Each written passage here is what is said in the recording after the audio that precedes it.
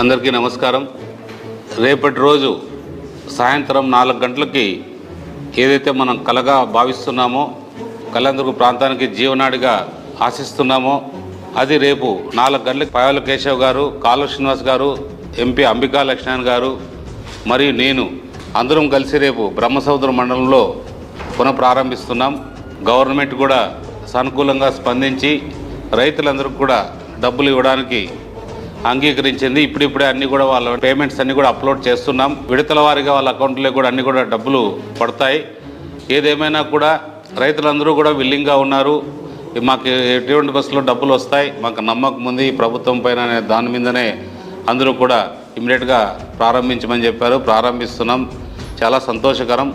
మనం ఏదైతే నిజంగా ఇది ఎన్నికల హామీ అనుకోకుండా ఆ రోజు ఎందుకు హామీ ఇవ్వాల్సిన పరిస్థితి వచ్చిందంటే, నిజంగా ఈ ప్రాంతంలో చాలామంది రైతులు 100కి 95% మంది రైతులు వ్యవసాయం మీద ఆధారపడ్డారు.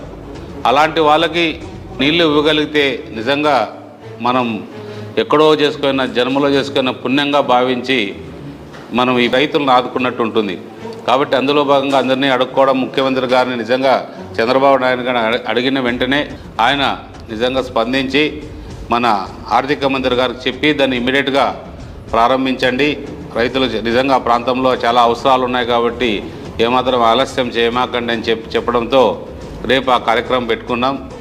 నిజంగా ఈ కార్యక్రమం సక్రమంగా అన్నీ ఏ అడ్డంకులు లేకుండా జరిగితే మాత్రం ఖచ్చితంగా మనం అనుకున్న ప్రకారంగా 16 నెలల నుంచి 20 నెలల లోపు ఖచ్చితంగా మనం ప్రతి ప్రాంతానికి కూడా ప్రతి చెరువుకు కూడా నీళ్ళు ఇచ్చే అవకాశాలు ఉన్నాయి.